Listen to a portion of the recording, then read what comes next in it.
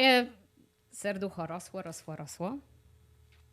Ale przyszedł dzień, w którym moja rezerwacja w hostelu się kończyła, czyli to był 10. dzień. No i ja nie wiedziałam, co mam ze sobą zrobić. Liczyłam na to, że to miasto mnie czymś zainspiruje, że poznam kogoś, kto mi powie, gdzie mam jechać po tych 10 dniach, co mam zrobić. Ja nie miałam planu. Miałam plan tylko na te 10 dni, a nawet można powiedzieć, że nie miałam, bo miałam pozaznaczane na mapie miejsca, które chcę odwiedzić, ale nie miałam stricte powypisywanego dnia, że pierwszy dzień robię to, drugi to, trzeci to. Nie. Ja chciałam luźno, bo po chorobie psychicznej nie możesz dodawać sobie stresu, musisz unikać stresu, więc ja chciałam wszystko zrobić spokojnie. Pamiętam, jak mój lekarz mi powiedział: Pani Aniu, a gdzie się pani śpieszy? Na spokojnie. No i z takim podejściem tutaj przyleciałam. No i okej, wracamy do tematu, bo strasznie odbijam. Wyjście ze strefy komfortu po 10 dniach, które spędziłam w hostelu. No i tak, jak się mówi, że wychodzisz ze strefy komfortu, to się rozwijasz. A w moim przypadku za każdym razem, jak wychodziłam ze strefy komfortu, to ja to nazywam, że przychodził do mnie jakiś cud. A nawet powiedziałabym, że anioł. Pierwsze wyjście ze strefy komfortu to było tak. Skończył mi się mój nocleg, zostawiłam rzeczy w hostelu i mówię sobie tak, okej, nie masz odpowiedzi, co robić dalej, no to co? No to idę w miasto. Byłam na Yankee Stadium.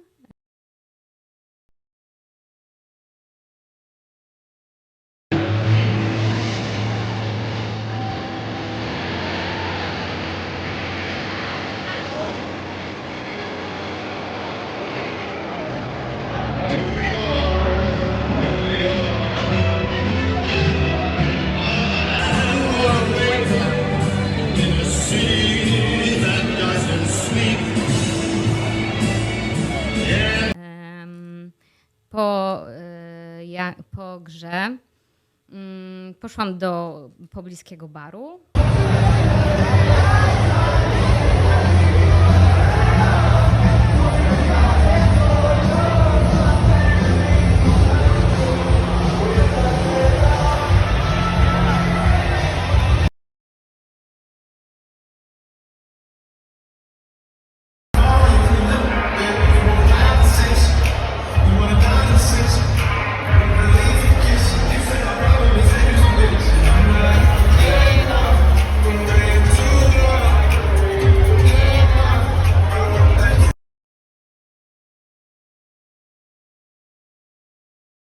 No i co? Czas mijał, a ja dalej nie miałam odpowiedzi. Kompletnie nie wiedziałam, co mam ze sobą zrobić. Jakby trochę lęk się we mnie pojawiał, no bo nie miałam pewności, gdzie, co, jak i kiedy. Ale z drugiej strony się uspokajałam, bo wiedziałam, że jestem w mieście, które nigdy nie śpi. Po drugie, w ciągu 24 godzin możesz dostać się do każdego miejsca na świecie. A po trzecie, jest mnóstwo hoteli, w których na pewno znalazłabym nocleg. Więc stwierdziłam, okej, idę w miasto, znajdę odpowiedź. No i co?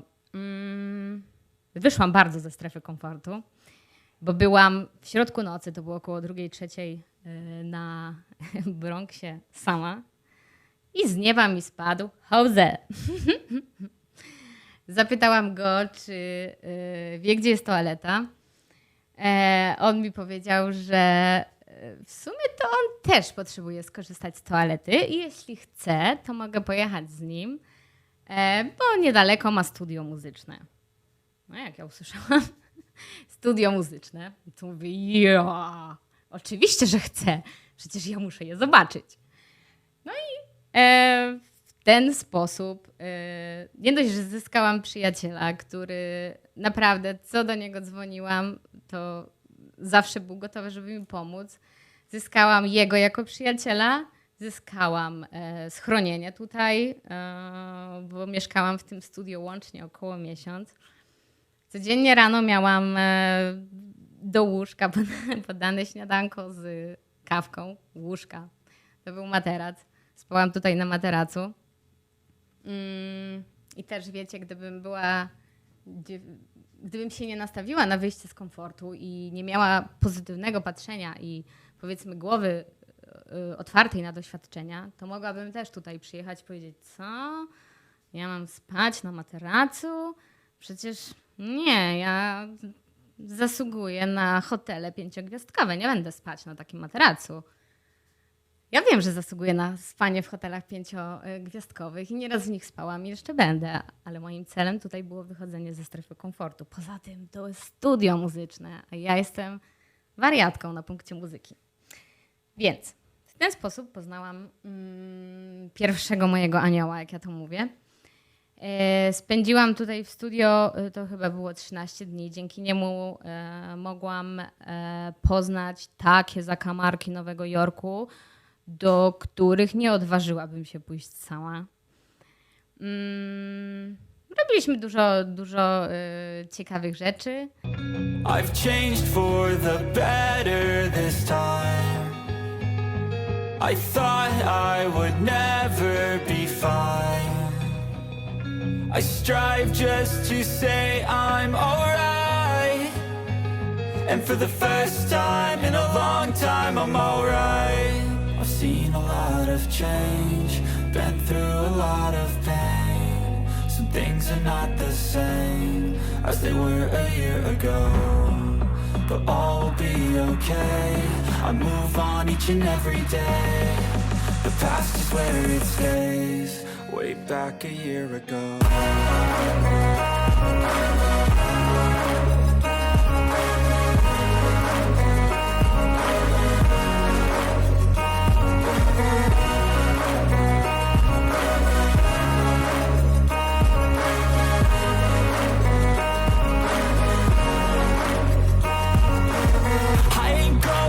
I'm not falling. I'll push all my chips and call all in. I'll bet on myself, you keep stalling. I hear destiny and it's calling. I'll keep my head up high through the downs and lows. And we're all going life, still nobody knows. But I'ma choose what's right and take what comes and goes. And ain't no one in life holding me back no more.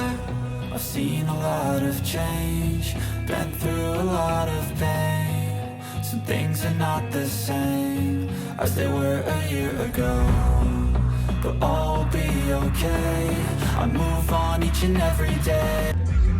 Zabawne jest to, że na Bronxie wszyscy myślą, że jestem gliną. I co? W pewnym momencie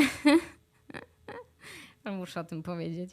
W pewnym momencie zaczęłam czuć, że on chyba zaczyna czuć coś do mnie, więc mówię, o nie, muszę stąd uciekać, bo ja nie czułam nic do niego. Znaczy czułam powiedzmy miłość braterską, tak? Ale nie tą romantyczną. Więc powiedziałam, o nie, muszę uciekać. I kupiłam bilet do Miami. Przed wylotem do Miami, jednym z moich marzeń tutaj jeszcze będąc w Nowym Jorku, był lot helikopterem, oczywiście, nad miastem. Chciałam to zrobić nocą, ale no i też oczywiście zostawiłam to na ostatnią chwilę. No i mam z tego nauczkę, nie zostawiaj nic na ostatnią chwilę. Słuchajcie, co się stało. W ostatni wieczór, jak tutaj byłam, już się zbieraliśmy, chcieliśmy jechać na lotnisko. No i okazało się, że prezydent Biden przyleciał do Nowego Jorku i zamknęli kompletnie strefę powietrzną. No cóż, tak bywa. Ja mam z tego nauczkę, żeby nie zostawiać niczego na ostatnią chwilę. Udało się nam polecieć na drugi dzień, chwilę dosłownie na parę minut przed moim wylotem do Miami. Lecieliśmy helikopterem, wylądowaliśmy i ja widziałam, że już jest bardzo późno, więc już zakładałam, że będzie nie tak, więc wzięłam telefon i szukałam nowych lotów do Miami. Ale Jose postanowił, że zrobi wszystko, żebym zdążyła na ten samolot, więc pędził jak szalony. Ja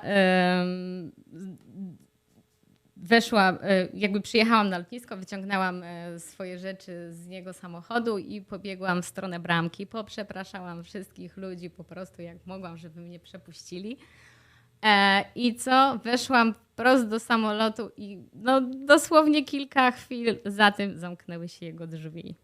Po prostu dla mnie to był cud. Wyglądałam wtedy po tym locie trochę jak miotła. Pokażę wam gdzieś tutaj zdjęcia. Lot helikopterem nad Nowym Jorkiem. O matko, cudowna sprawa. Następnym razem, tak jak mówię, muszę to zrobić nocą. Mam nadzieję, że zdążę na mój lot do Miami.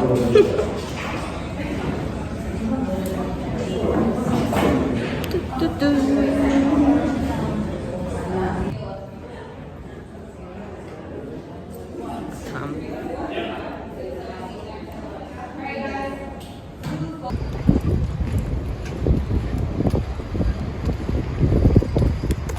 So this is an active airport. One of the ways that we stay safe here is by staying within the blue lines, as those passengers are doing over there. We're going to walk in front of the aircraft all the way to that white one near the end.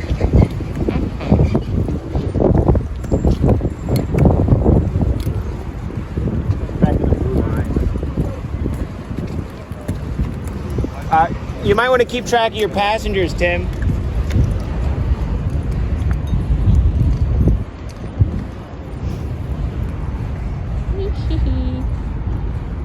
Excuse me, guys. The time for photos ended, all right?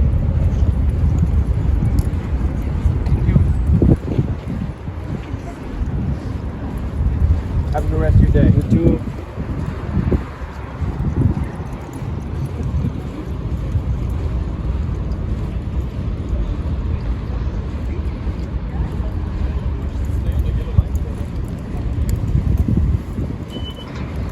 Cool. Speaking of things flying off, it looks like everybody's got shoes that'll stay on nice and secure. Headsets. I will be able to talk to you guys through the intercom. You will not be able to talk to me. You don't have microphones. The wind noise would sound like I promise you it's better that way. If there were to be some sort of, then bring it around front and clip it in like so. You want it to be secure but not suffocating, all right? And you do that just by pulling on this tab and that'll tighten it for you. And the rest of it will just get wrapped around the front so that we don't have a bunch of stuff flying around, okay? While you're putting it on, just make sure that you're not trapping your phone underneath the life jacket because you want to be able to take photos during flight, all right?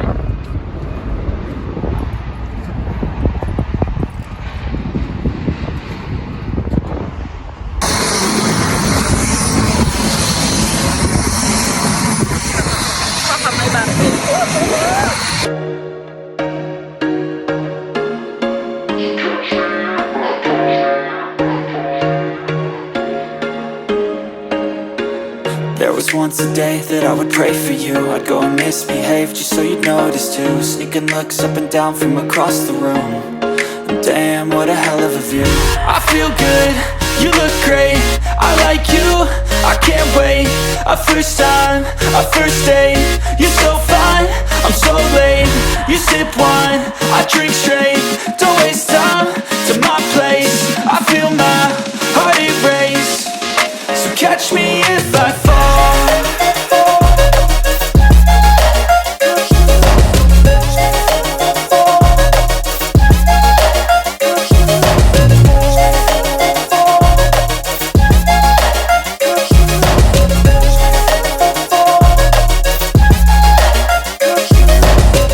I'm falling fast, sitting here praying that this night's gonna last. You got it all on tap, I'm loving your vibe, always have your back. We like all the same tracks, listen all night in the sheets all black. Said I'm falling fast, don't remember life before you, that's fact. I feel good, you look great, I like you, I can't wait. A first time, a first date. You're so fine, I'm so late. You sip wine, I drink straight. Don't waste time to my place. I feel my heart erase. So catch me if I fall.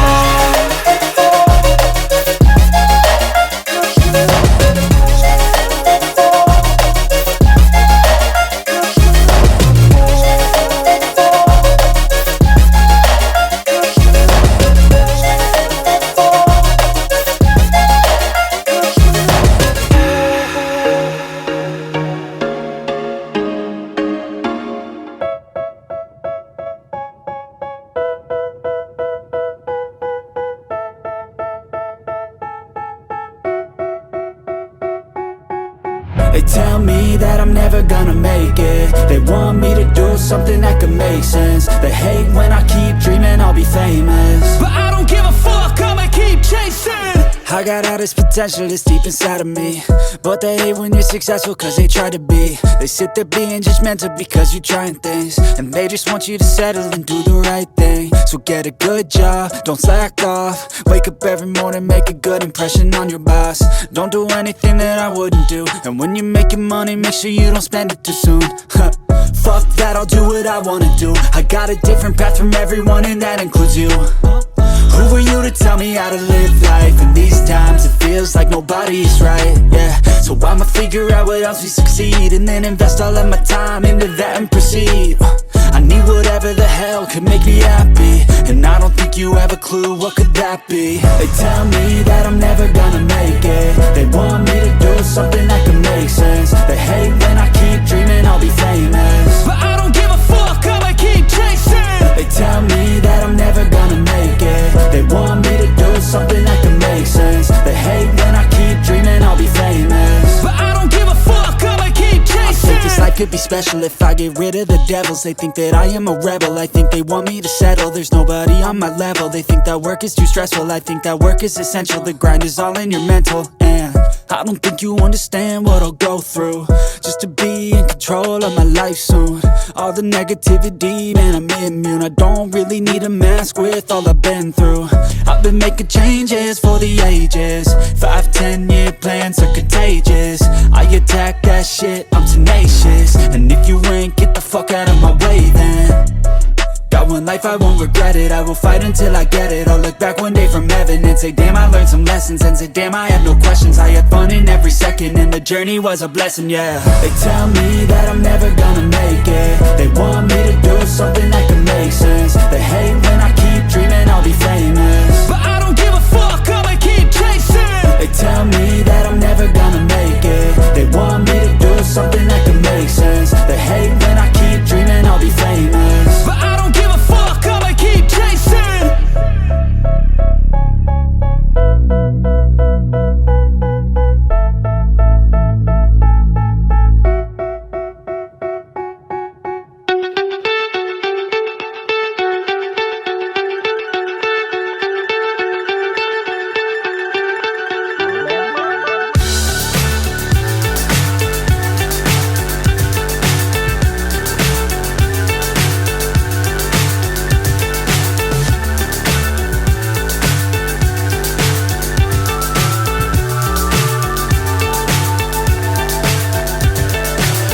So high I'm hypnotized. What's up is down, what's left is right. Chasing stars and holding you. I can't see the end, but we'll see it through.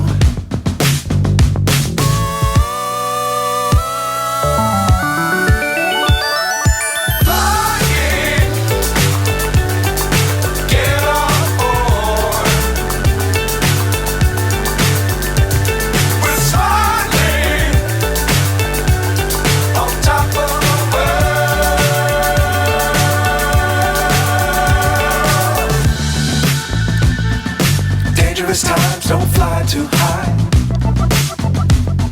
Be sure to keep the ground in sight. Fly forever if you keep it tight. Love the world but keep the sky on your mind.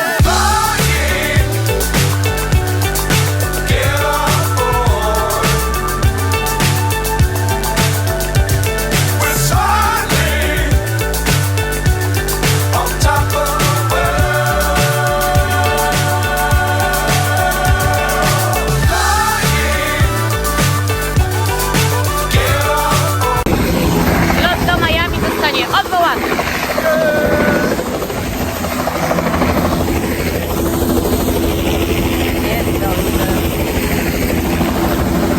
Nie wierzę, że to się udało. Zdążyłam na samolot, przyszłam 5 minut przed zamknięciem bramek, a wcześniej leciałam nad Nowym Jorkiem. Jazda. Bosko. Tak, pisów. Moje włosy są całe poplątane od powietrza, wyglądam jak miotła. Nic nie jadłam. Nic nie piłam. Nie, kawę piłam. Ale zdążyłam.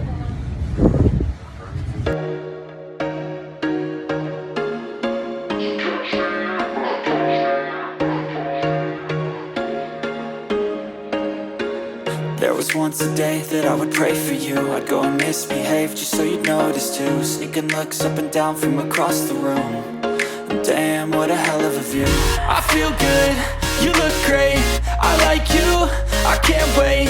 A first time, a first date. You're so fine, I'm so late. You sip wine, I drink straight. Don't waste time to my place. I feel my heart erase. So catch me if I fall.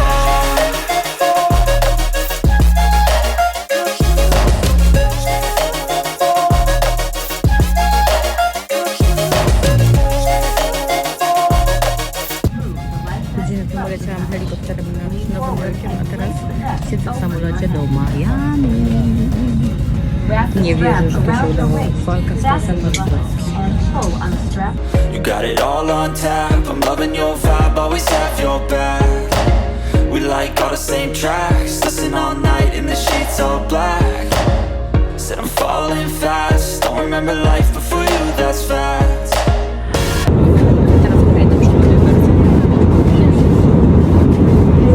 First time, our first date. You're so fine.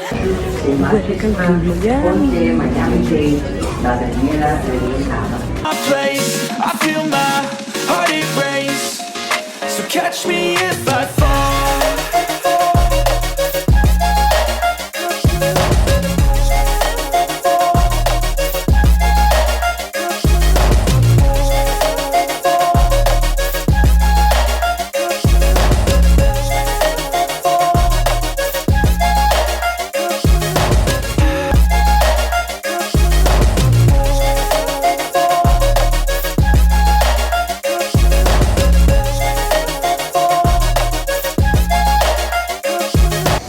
Wylądowałam w Miami, rozpływam się i uderzam zaraz na Miami Beach. Jestem już na lotnisku.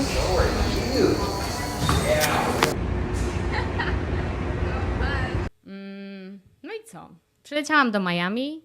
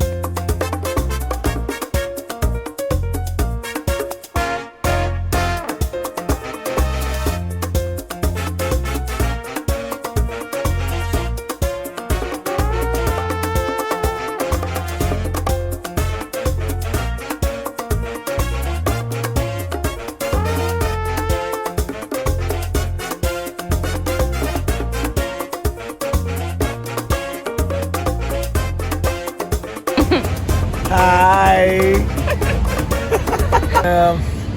I'm in Miami, South Beach, Miami, with the most beautiful girl on the planet. I don't even know her, but she's But she so is. cool. Oh. She's so cool Yes, she and is. so cute too. Good. Oh. Where are you from? From Poland. Poland. Ja miałam nadzieję, że Miami mi się bardzo spodoba. Ale no Bóg nie chciał, żeby mi się spodobało. Spotkało mnie tam kilka śmiesznych, dziwnych sytuacji, no tylko po to, żeby mnie zniechęcić po prostu do tego miejsca. Pierwsza sytuacja. Słuchajcie, ja bardzo w życiu cenię sobie autentyczność i szczerość. Naprawdę bardzo to jest dla mnie ważne. Tak jak powiedziałam, mnie nie interesuje to, jak kogoś poznaję, jaką masz pracę, ile masz w portfelu i nie wiem, i inne rzeczy, tylko to, jakim ty jesteś człowiekiem. Czyli jakie jest twoje serce i jaki jest twój mindset. No i co? Przyjechałam do Miami, tak jak mówię. No i pierwsza sytuacja, powiedzmy, która mnie zniechęciła. Ja już w Polsce będąc widziałam, że tam w tym Miami jest no niezła pokazówka. Ja nie obrażam Miami, broń Boże. Miami na pewno da się kochać, ale ja po prostu, mnie tam musiało spotkać coś, żebym tam nie chciała zostać, bo w mojej głowie, w moim planie było to, żeby tam mieszkać. No i tak, pierwsza sytuacja, byłam w Miami, w downtown, tam jest takie duże koło.